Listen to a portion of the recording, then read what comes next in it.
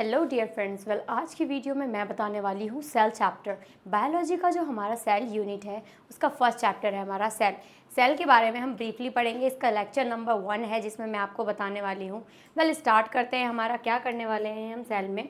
First क्या आता है चैप्टर प्रोग्रेस, मीन्स हम पढ़ने वाले क्या हैं एक्चुअल में। इसमें हम कवर करेंगे सेल हिस्ट्री किसने दी थी, सेल की हिस्ट्री के बारे में कंप्लीट इंट्रो मैं आपको कराने वाली हूँ। Next types of cells, means जो सेल्स होते हैं कितने टाइप्स के होते हैं। ये आता है prokaryote versus eukaryotes. What is the difference between prokaryotes and eukaryotes, तो इसके बारे में बताऊंगी। फिर बताएंगे हम बेसिकली सेल ऑर्गेनल्स क्या होता है। तो चलिए स्टार्ट करते हैं। ये हमारा चैप्टर प्रोग्रेस है जो आज हम कवर करने वाले हैं। फर्स्ट अब मैं आपको बताती हूँ कि सेल होता क्या है। एक्चुअल में आपको पता होगा व्हाट इज़ सेल। आप लोग 6, 7, 8, 9, 10 आप यहाँ तक पढ़ रहे होंगे सेल क्या होता है। तो बेसिकली आपको सिर्फ इतना बताया जाता है cell is a structural and functional unit of life. यही होता है एक्चुअल में, क्योंकि इसमें जितने भी लिविंग ऑर्गेनिजम्स होते हैं विदाउट सेल पॉसिबल ही नहीं है। आप समझ सकते हैं कि जितने भी लिविंग ऑर्गेनिजम्स होते हैं सारे ही हमारे सेल से मिलकर बने होते हैं। छोटे से छोटा हो या बड़े से बड़ा हो, हमारा किससे मिलकर बनता है, सेल से मिलकर बनता है। तो चलिए स्टार्ट करते हैं। सेल होता क्या है हमारा structural unit and functional unit. और आप अगर नॉर्मली बात करेंगे this is the functional and structural unit of life. Clear हो गया फ्रेंड्स।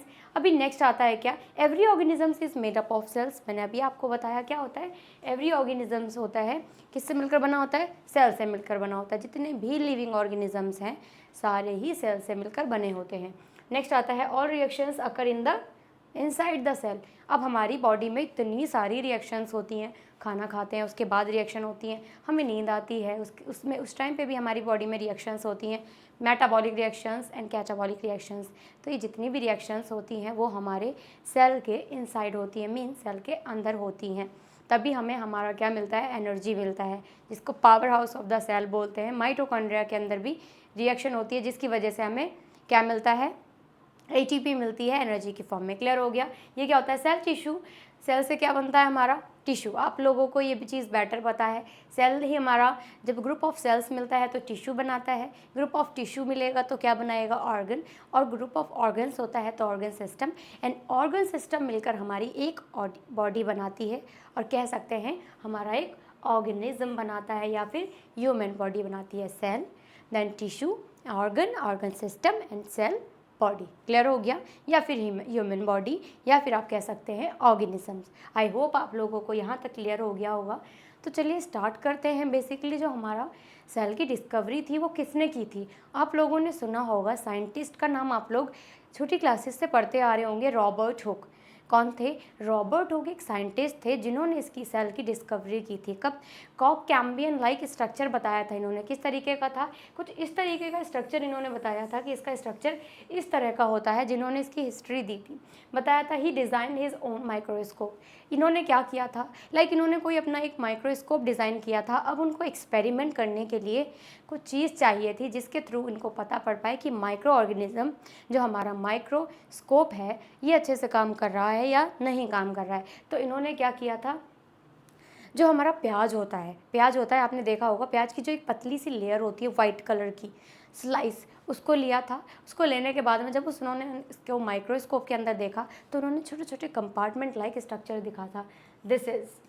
तो उन्होंने इसको क्या बोला था, Honey com like structure. What, this is the honey com like structure. इस वजह से इसका नाम हनी कॉम रखा था, क्योंकि इसके अंदर जो देखा गया था मधुमक्खी का छत्ता भी एग्जैक्ट ऐसा ही होता है। नेक्स्ट आता है बुक माइक्रोफेबिया। इन्होंने क्या बताया था, एक बुक भी लिखी थी जिसका नाम क्या था, बुक माइक्रोग्राफिया। आई होप ये यहाँ तक आपको क्लियर हो गया होगा। नेक्स्ट आता है हनी कॉम लाइक, इसका स्ट्रक्चर था जो ऑलरेडी मैं आपको बता चुकी हूँ। और ये हमारा कब डिस्कवर हुआ था, 1665 में, याद है आपको। लेकिन इन्होंने क्या देखा था, डेड सेल देखा था। कैसा सेल देखा था, डेड सेल। इन्होंने लिविंग सेल नहीं देखा था। क्वेश्चन आता है कि डेड सेल, क्वेश्चन आएगा normally, who discovered the cell. अब सबके नाम होंगे, आगे मैं इसको क्लियर करूँगी आपको कि क्या एग्जैक्ट में आपको आंसर क्या देना है। फिर नेक्स्ट सेंटेंस, इसमें नेक्स्ट आते हैं कौन से, एवी लेवेनहुक। एवी लेवेनहुक जो थे हमारे सेकंड क्या थे, साइंटिस्ट थे, जो किस में आए थे, 1674 में आए थे। किसमें आए थे ये, 1674 में, जिन्होंने क्या देखा था, लिविंग सेल। लिविंग सेल देखा था, सेल इन्होंने भी देखा था बट इन्होंने लिविंग देखा था। रॉबर्ट हुक जो थे उन्होंने देखा था हमारा डेड सेल, ठीक है, क्लियर हो गया। इन्होंने देखा था पॉन्ड वाटर के अंदर, किसके अंदर, पॉन्ड वाटर के अंदर इन्होंने इसकी डिस्कवरी की थी कि लिविंग सेल होता है।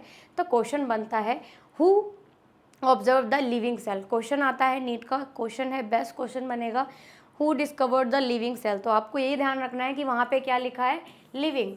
Living is what means living किसने किया था। तो आपका ऑप्शन कैसा हो सकता है, एवी लेवनहुक, सेकेंड ऑप्शन हो सकता है रॉबर्ट हुक, थर्ड ऑप्शन हो सकता है अर्बन ब्राउन, फोर्थ ऑप्शन कोई भी साइंटिस्ट हो सकता है, या फिर नन ऑफ दीज। तो आप किस पे क्लिक करेंगे, ज़्यादातर बच्चे जिसको नहीं पता है, डिफरेंस नहीं पता होता है कि लिविंग सेल किसने देखा और डेड सेल किसने देखा, तो वो लोग क्या बताएंगे, रॉबर्ट हुक ने ही डिस्कवर्ड किया। बट बेसिकली इसमें क्वेश्चन पूछा गया है क्या, कि लिविंग सेल किसने देखा। तो आप लोगों को टिक करना है किस पे, लेवनहुक पे। आई होप यहाँ तक आपको क्लियर हो गया होगा।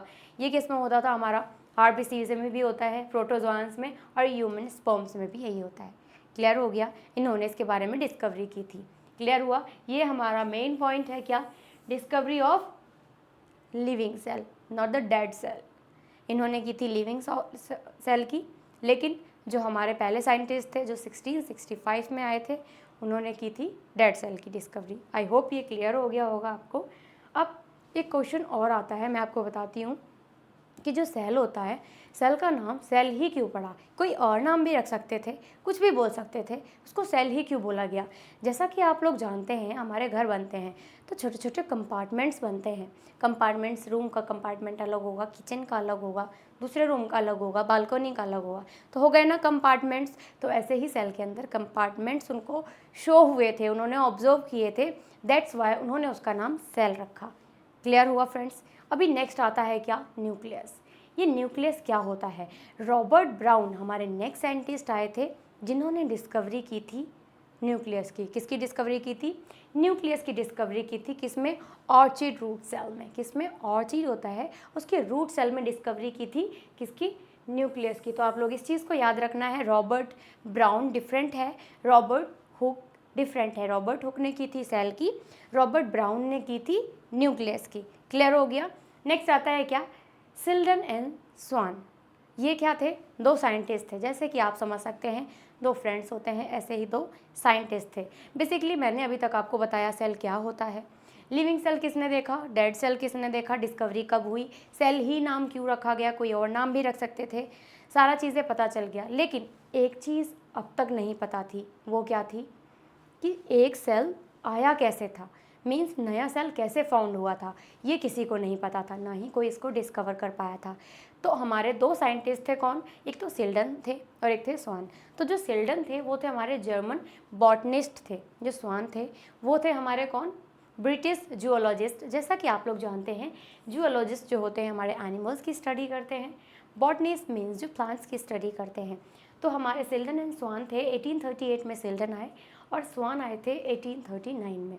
1 ईयर का इनका बीच में डिफरेंस था। दोनों ने क्या बना के दी थी, एक सेल थ्योरी दी थी, जिन्होंने, सिल्डन ने क्या करा, पूरा चेक किया कि जितने भी लिविंग प्लांट्स होते हैं वो किससे मिलकर बने होते हैं, all plants made up of cells. क्या बताया, all plants are made up of cells. ऐसे ही हमारा स्वान ने बताया all animals are made up of cells. Means दोनों ने बताया कि जितने भी प्लांट्स होते हैं, जो बॉटनिस्ट थे बताया कि उन्होंने जितने भी प्लांट्स होते हैं, लिविंग ऑर्गेनिजम्स, ये सारे किससे मिलकर बने होते हैं, हमारे सेल से मिलकर बने होते हैं। स्वान थे हमारे एनिमल्स के, तो इन्होंने बताया था, स्टडी करी, डिफरेंट एनिमल्स पे स्टडी करी, डिफरेंट प्लांट्स पे स्टडी करी। तो बेसिकली कंक्लूजन ये निकला कि जितने भी हमारे एनिमल्स और प्लांट्स होते हैं दोनों ही मिलकर हमारे किससे मिलकर बने होते हैं, ये सेल से। छोटे से छोटा ऑर्गेनिज्म हो, बड़े से बड़ा ऑर्गेनिज्म हो, किससे मिलकर बनता है, हमारा सेल से। क्लियर हो गया फ्रेंड्स, आई होप यहाँ तक क्लियर हो गया होगा। अब आया था क्या, डिस्कवरी ऑफ लिविंग सेल, जो आप पहले ही कर चुके थे। अब नेक्स्ट आता है क्या, इन्होंने मिलके दी थी क्या, एक सेल थ्योरी। क्वेश्चन आता है, ये बहुत ही इंपॉर्टेंट है कि सेल थ्योरी किसने दी थी। तो क्वेश्चन हमारा बनता है क्या, सिल्डन एंड स्वान। कौन थे, सिल्डन एंड स्वान थे जिन्होंने हमारी सेल थ्योरी दी थी, जिसके थ्रू इन्होंने बताया था कि जितने भी सेल्स होते हैं उससे मिलकर उसी से हमारे प्लांट्स बनते हैं और उसी से हमारे एनिमल्स बनते हैं। क्लियर हो गया, ये बताया था। अब इसको पढ़ते हैं। In 1838 Matthias Schleiden and a German botanist examined a large number of plants and observe that all plants are composed of different kinds of cells. मैंने यही बताया, जितने भी हमारे प्लांट्स होते हैं किससे मिलकर बने होते हैं, डिफरेंट डिफरेंट टाइप्स के सेल से मिलकर बने होते हैं। इन्होंने पूरी डिस्कवरी की थी सेल प्लांट्स के बारे में। नेक्स्ट आता है which form the tissue of the plant about the same time. Therefore, Swan 1838 British geologist study different types of animals. इन्होंने क्या किया था 1838 में, इन्होंने डिस्कवरी की थी। इन्होंने बताया था कि जितने भी एनिमल्स होते हैं, इन्होंने डिस्कवरी की एनिमल पे, डिफरेंट एनिमल पे इन्होंने कंक्लूजन निकाला था कि जितने भी एनिमल्स होते हैं सारे ही डिफरेंट सेल से मिलकर बने होते हैं। उसी से फिर हमारा टिश्यू बनता है, टिश्यू से ऑर्गन से organ system, and then organ system से हमारा एक पूरा बॉडी बन जाता है। ये मिलकर हमारा इन्होंने बताया था। ये आपको अब NCERT पोर्शन है जो आपकी बुक में अवेलेबल होगा ईजिली, जिसमें कि पॉइंट्स मैंने आपको अकॉर्डिंग टू दिस मैंने आपको ऑलरेडी समझा दिए हैं। ये हमारा, इस पर भी एक नज़र डाल लेते हैं। This is the reported that the cell had the layer which is today known as plasma membrane. This is the new topic, plasma membrane. You can say like PM, not PM like evening time. This is the plasma membrane. अब ये plasma membrane क्या होता है? बाहर की एक पतली सी layer पाई जाती है जो सेल के अराउंड होती है, लाइक हमारी स्किन होती है ऐसे ही सेल के अराउंड होती है, जो सेल को प्रोटेक्ट करने का काम करती है, उसको शेप देती है। तो जिसको हम किसके नाम से जानते हैं? Plasma membrane. किसके नाम से? प्लाज्मा मेम्ब्रेन के नाम से जानते हैं। He also concluded based on the study of the plant tissues that the presence of cell wall. Plant में क्या पाया जाता है? Cell wall. एनिमल में प्लाज्मा मेम्ब्रेन पाई जाती है। सेल वॉल सिर्फ किस में पाई जाएगी? प्लांट्स में पाई जाएगी, जो कि किसकी बनी होती है? सेल्यूलोज की बनी होती है। किसकी बनी होती है? This is the made up of cellulose. I hope यहाँ तक आपको क्लियर है। नेक्स्ट पढ़ते हैं unique characters of the plants and on the basis of Schwann propose the hypothesis that the bodies and animals plants are composed of cells and product of cells. I hope यहाँ तक आप लोगों को clear है। चलिए अब आगे बढ़ते हैं सेल थ्योरी। मैंने अभी बता दिया, formulated by the cell theory, all organism made up of cells, all reactions occur inside the cell. I hope ये क्लियर है आपको। अब क्या आता है? ड्रॉबैक क्या था इनका? सेल थ्योरी में भी एक ड्रॉबैक था, क्या? जो कि मैंने आपको बताया। ड्रॉबैक मतलब जो कमियां थी जो ये फाइंड नहीं कर पाए थे कि जो सेल बना वो आया कैसे, मीन्स नया फॉर्म हुआ कैसे। जैसे हम लोग जानते हैं कि ह्यूमन लाइफ कैसे एग्जिस्ट हुई, तो रिप्रोडक्शन से। ऐसे ही सेल कैसे बना था ये नहीं बता पाए थे, तो ये इनका एक ड्रॉबैक था। सब कुछ बताया इन्होंने बट ये ड्रॉबैक था। तो चलिए जानते हैं कि इसके बारे में किसने बताया था। फिर आते हैं Schleiden and Schwann together formulated the cell theory. This theory however did not explain how new cells formed. इन्होंने नहीं बता पाया था कि जो नया सेल है वो कैसे फॉर्म हुआ। क्लियर हो गया। नेक्स्ट आता है, फिर पता चला क्या? First explain the cell divided into new cells, Rudolf Virchow. Next scientist आए। अभी तक आप लोगों ने देख लिया कितने सारे साइंटिस्ट आ गए। चलो मैं आपको एक एक करके काउंट करवाती हूँ कौन कौन से। फर्स्ट आए थे हमारे रॉबर्ट हुक। कौन आए थे? रॉबर्ट हुक, जिन्होंने सेल की डिस्कवरी की, डेड सेल की। नेक्स्ट आए थे हमारे रॉबर्ट, कौन से थे? लेवन हुक, जिन्होंने लिविंग सेल की डिस्कवरी की थी। फिर आए थे हमारे सिल्डन एंड स्वान। कौन से थे? सिल्डन एंड स्वान, जिन्होंने बताया था कि जितने भी प्लांट्स होते हैं किससे मिलकर बने होते हैं? हमारे सेल से मिलकर बने होते हैं। और फिर हमारे दूसरे साइंटिस्ट थे कौन से? स्वान, जिन्होंने बताया था कि जितने भी एनिमल्स होते हैं सारे ही किससे मिलकर बने होते हैं? सेल से मिलकर बने होते हैं। फिर हमारे फिफ्थ साइंटिस्ट भी थे कौन? रॉबर्ट ब्राउन, जिन्होंने न्यूक्लियस की डिस्कवरी की थी। अब इन्होंने किसी ने भी एक चीज़ नहीं बताई कि जो सेल है वो किससे मिलकर बना है। तो नेक्स्ट आए थे कौन? Rudolf Virchow. ये हमारे सिक्स साइंटिस्ट थे जिन्होंने बताया कि नया सेल जो होता है पुरानी ही सेल से मिलकर बना होता है। Means you can say like that pre existing cells, new cells arises from the pre existing cells. क्या कह सकते हैं? New cell arises from the pre existing cells. Clear हो गया। तो एक यहाँ पे टर्म भी बनती है ओमनी सेलुला ई सेलुला। क्या होता है? ओमनी सेलुला ई सेलुला। ये आपकी NCERT में इजीली अवेलेबल है, जो हमारे नीट का क्वेश्चन भी बनता है। आई होप आप लोगों को यहाँ तक क्लियर होगा। तो इन्होंने बताया था all living organisms are composed of cells and product of cells. जितने भी लिविंग ऑर्गेनिजम्स हैं किससे मिलकर बने होते हैं? सेल से मिलकर बने होते हैं और सेल के ही ये प्रोडक्ट होते हैं। नेक्स्ट होता है all cells arises from the pre existing cells. What I said, जितने भी सेल्स होते हैं पुराने सी सेल से मिलकर बने होते हैं। ये साइंटिस्ट आए थे हमारे 1855 में। यहाँ तक सेल की डिस्कवरी हो गई, सेल के बारे में पता चल गया, सेल का नाम क्यों रखा गया ये पता चल गया, लिविंग सेल के बारे में पता चल गया, डेड सेल के बारे में पता चल गया, सेल क्यों आया ये भी पता चल गया। तो फ्रेंड आप लोगों को यहाँ तक कंप्लीट इंफॉर्मेशन सेल की मिल चुकी है और आप इस चीज़ के एबल हैं कि आप सेल के बारे में बता सकते हैं। अब क्वेश्चन बनता है सेल साइज़ क्या होता है, सेल के टाइप्स कितने होते हैं और सेल कितने नंबर्स में पाए जाते हैं। तो बेसिकली हम बात करेंगे सेल साइज़। सेल साइज़ क्या होता है? स्मॉलेस्ट सेल्स माइकोप्लाज्मा, सबसे स्मॉलेस्ट सेल जो होता है माइकोप्लाज्मा का होता है। नेक्स्ट आता है क्या? गोलिस्पीडियम, ये भी सेल्स ही होते हैं। नेक्स्ट लार्जेस्ट सेल किस में पाया जाता है? Ostrich egg. क्या होता है? ऑस्ट्रिच एग जो होता है वो सबसे बड़ा सेल बोला जाता है, इसलिए बोल सकते हैं लार्जेस्ट सेल कौन सा होता है? The ostrich egg. नेक्स्ट आता है ह्यूमन आरबीसी की हमारा कितना होता है साइज़? 7 माइक्रोमीटर। कितना होता है ह्यूमन आरबीसी का साइज़? 7 माइक्रोमीटर। क्लियर हो गया। नेक्स्ट आता है सेल नंबर। सेल नंबर की अब यूनिसेलुलर क्या होता है, मल्टी सेलुलर क्या होता है, मैं ये बताती हूँ आपको। यूनी का मतलब आप लोग जानते हैं, यूनी मीन्स व्हाट? 1, ठीक है। क्या होता है? 1 होता है, तो uni means 1, cellular means cell means जिस भी ऑर्गेनिज्म में अगर एक सेल प्रेजेंट होता है तो you can say like this is the unicellular organism. Unicellular means एक सेल पाया जाएगा, मल्टी सेलुलर मीन्स बहुत सारे सेल्स पाए जाएंगे। क्लियर हो गया? Only 1 cell. अगर इसमें यूनिसेलुलर है तो क्या होगा? ओनली 1 सेल, जैसे कि अमीबा। अमीबा के अंदर सिर्फ एक ही सेल पाया जाता है। नेक्स्ट आता है मल्टी सेलुलर। तो multi cellular dog, cat, human being like we are also multi cellular. Clear हो गया? सेल्स पाई जाती है। Division of labour. अब मैं एक बात बताती हूँ, अगर एक सेल होगा तो क्या होगा? अगर ग्रुप ऑफ सेल्स ही नहीं होगा तो टिश्यू नहीं बनेगा तो फिर ऑर्गन नहीं बनेगा तो ऑर्गन सिस्टम नहीं बनेगा तो पूरी एक बॉडी नहीं बन सकती। सिर्फ एक ही लेबर होगा। लाइक अगर आपके पास एक ही हैंड है तो आप उसी से सारे काम करेंगे, बट आपके पास अगर दोनों हैंड हैं, दोनों फुट भी हैं, तो आप सारा यूज़ करेंगे। एक्चुअल में ऐसे ही होता है। मल्टी सेलुलर में क्या होता है? बहुत सारे सेल्स पाए जाते हैं, तो बहुत सारे सेल्स से मिलकर हमारा टिश्यू बन जाता है, फिर टिश्यू से हमारा ऑर्गन बन जाता है, ऑर्गन से ऑर्गन सिस्टम बन जाता है। तो ये लेबर्स में डिवाइड हो जाता है, यू कैन से। बट अगर एक ही सेल है तो लेबर में डिवाइड नहीं होगा। क्लियर हो गया? चलिए आगे बढ़ते हैं। सेल शेप कैसी होती है?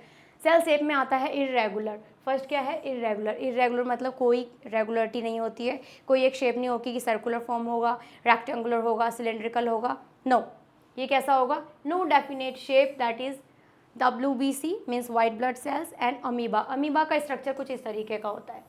इसका कोई एग्जैक्ट शेप नहीं होता। अगर आप कहने लग जाएं कि मैम ऐसा सेल होता है, सेम ऐसे ही आप लोग अपनी कॉपी पे नोट कर लें, लाइक नागिन बन जाएं और अपनी आंखों में उतार लें इसको, सेम ऐसे बना लें, नहीं, ऐसा पॉसिबल नहीं है, क्योंकि अमीबा की शेप चेंज होती रहती है। अमीबा की कोई डेफिनेट शेप नहीं होती है, वो अपनी शेप खुद ही चेंज करता रहता है।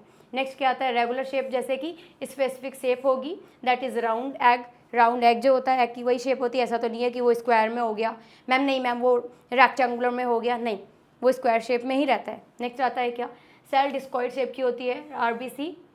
एडिपोज सेल जो पाई जाती है वो भी हमारी इस तरीके की होती है। ब्रांच नर्व सेल्स होती है। अब मैं कुछ आपको एग्जांपल्स बताती हूँ। ये क्या है? हमारी RBC है, ये है लिम्फोसाइट जो सर्कुलर फॉर्म में पाई जाती है। इसके 3 टाइप्स हैं, न्यूट्रोफिल, इजिनोफिल्स, बेसोफिल्स। नेक्स्ट क्या आता है इसका? मोनोसाइट्स और लिम्फोसाइट्स। ये हमारी प्लेटलेट्स होती हैं जिनका कोई डेफिनेट शेप नहीं है। इसका एग्जाम्पल हो जाएगा, ये हमारा क्या है? पूरा का पूरा नर्व सेल है। नर्व सेल हमारी ब्रांच सेल में पाई जाती है, प्रॉपर लैंगिट्यूडनल होती है। आई होप आप लोगों को यहाँ तक पूरी तरीके से क्लियर हो गया होगा। चलिए हम आगे बढ़ते हैं। अब क्या आता है? What is the difference between prokaryotic and eukaryotic cells. Cells के बारे में कंप्लीट इंट्रो मैंने आपको दे दिया है, सब कुछ बता दिया है। अब क्वेश्चन आता है कि डिफरेंस क्या है सेल में। अब सेल 2 टाइप्स के होते हैं, प्रोकैरियोटिक एंड यूकैरियोटिक सेल्स। अब प्रोकैरियोटिक कौन से होते हैं और यूकैरियोटिक कौन से होते हैं, तो चलिए इसके बारे में स्टडी करते हैं। इधर हैं आपके कैरेक्टर्स। क्या होता है prokaryotic? These are the eukaryotic, these are the prokaryotic cells. Eukaryotic में क्या होता है? डेफिनेशन की अगर मैं बात करूं तो ये होगा, any cells that contains a clearly defined nucleus and membrane bound organelles. And this any unicellular organisms that do not contain membrane bound cell organelles. Mean cell के अंदर जो छोटे छोटे बहुत सारी चीज़ें पाई जाती हैं, कह सकते हैं कि सेल ऑर्गेनल्स। तो जो हमारा यूकैरियोटिक होता है उसमें पाया जाएगा, और जो हमारा प्रोकैरियोटिक होता है उसमें नहीं पाया जाएगा। तो इसमें अगर हम डेफिनेशन की बात करें तो इसकी डेफिनेशन क्या होगी, जितने भी इसमें सेल ऑर्गेनल्स होते हैं वो पूरी तरीके से पाए जाएंगे, वेल डिफाइन होंगे, न्यूक्लियस पूरी तरीके से वेल डिफाइन होगा। बट इसमें क्या होता है प्रोकैरियोटिक में, इसमें पूरी तरीके से ऐसा नहीं होता है। इसमें न्यूक्लियस मेम्ब्रेन भी होती है और बाहर की भी कवरिंग होती है, बट इसमें ऐसा नहीं होता है।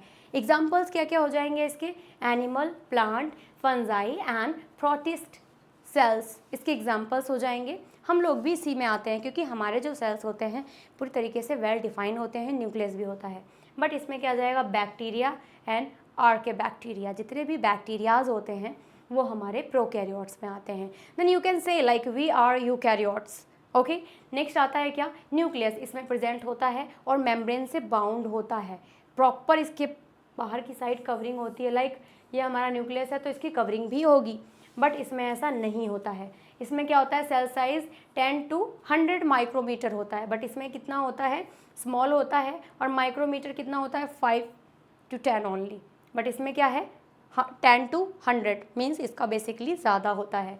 डीएनए रेप्लिकेशन इसमें कैसे होता है, इसमें highly regulated with the selective organisms and sequence. इसमें हाईली बहुत ही तेज़ी से रेप्लिकेट होता है डीएनए, तभी तो हमारे जो ट्रांसफर्स होते हैं, मीन्स हमारे फादर के, मदर के जो जीन्स होते हैं वो हमारे बच्चों में ट्रांसफ़र होते हैं, बच्चों से फिर means generation to generation transfer होते रहते हैं, डीएनए का रेप्लिकेशन होता रहता है। बट इसमें ऐसा क्या होता है, इसमें ऐसा नहीं होता है, इसमें सिर्फ जीनोम बनता है।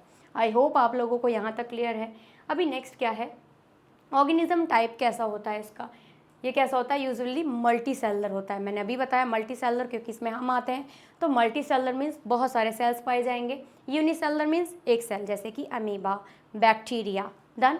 नेक्स्ट आता है क्रोमोसोम्स, मोर देन 1, एक से ज़्यादा क्रोमोसोम्स पाए जाते हैं। जैसे कि आप लोग जानते हैं ह्यूमन बॉडी में कितने पाए जाते हैं, 23 पेयर्स, 23 पेयर्स तो 46 इन numbers and pairs 23।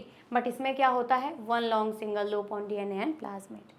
Next ribosomes large होता है, इसमें स्मॉल होता है, ग्रोथ स्लोअर होती है इसमें, लेकिन इसमें फास्टर होती है और फिर जल्दी से डैमेज भी हो जाता है। बट इसमें ऑर्गेनल्स प्रेजेंट होते हैं, इसमें एब्सेंट होते हैं। Organelles like mitochondria, Golgi bodies, lysosomes and ये सारी चीज़ें इसमें प्रेजेंट होती हैं, बट इसमें प्रेजेंट नहीं होती हैं। Ability to store heredity information, heredity information क्या होती है कि हम लोग हमारे मम्मी पापा से मैच करते हैं, अब जो हमारी जनरेशन आएगी वो थोड़ी बहुत हमसे मैच करेगी। कहते हैं ना, ये अपनी मम्मी पापा गया है, ये पापा पे गया है, ये अपने दादा पे गया है, दादी पे गया है, तो ये हेरिडिटी होती है। हेरिडिटी क्या मीन्स जेनेटिक इन्फॉर्मेशन जो होती है 1 जनरेशन to 2 जनरेशन ट्रांसफ़र होती रहती है। तो ये वो होता है, इसमें एबिलिटी होती है, बट इसमें ऐसा नहीं होता है। क्लियर हो गया। नेक्स्ट आता है सेल वॉल, इसमें क्या होती है, प्रेजेंट होती है, और प्लांट्स में किसकी बनी होती है, फंजाई की, बट इसमें क्या होती है, complex, present in a prokaryotes only. Plasma membrane इसमें प्रेजेंट होती है और इसमें भी प्रेजेंट होती है। साइटोप्लाज्म इसमें प्रेजेंट होता है और इसमें भी प्रेजेंट होता है। तो वेल ये चैप्टर हमारा यहीं तक था, ये लेक्चर हमारा फिनिश होता है। हम मिलेंगे नेक्स्ट लेक्चर में, तब तक आप लोगों को ये डिफरेंस बहुत अच्छे से करना है।